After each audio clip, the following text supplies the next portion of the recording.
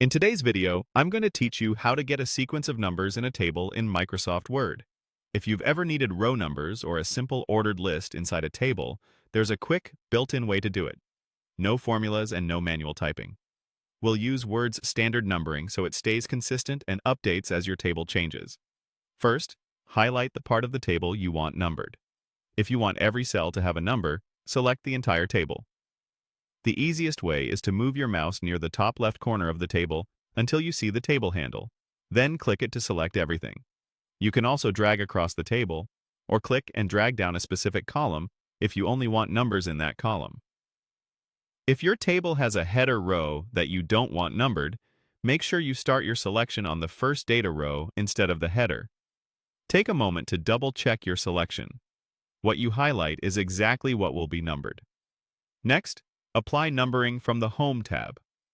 On the ribbon, make sure you're on Home. Then click the numbering button, the one that shows 1, 2, 3. The moment you click, Word assigns numbers to the selected cells. If you selected a single column, the numbers flow down that column. If you selected the whole table, Word numbers each paragraph in the selection from left to right, top to bottom, cell by cell. You can open the small arrow next to the numbering button to choose a style: regular digits, numbers with parentheses, or other formats, to match your document's look. This gallery also helps you keep the spacing and punctuation consistent across your document. A quick note on how Word thinks about numbering in tables. Numbering applies to paragraphs. Most table cells contain a single paragraph, so you'll see one number per cell.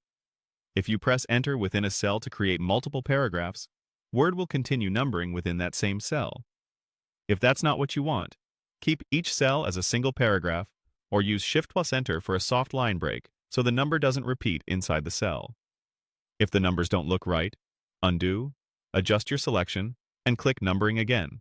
To remove numbering later, click the same numbering button to toggle it off. As you add or delete rows, Word keeps the sequence in order automatically, and when you move rows around, the numbers update to reflect their new positions. That's it. Highlight the area you need, click Numbering on the Home tab, and you've got a clean, automatic sequence in your table.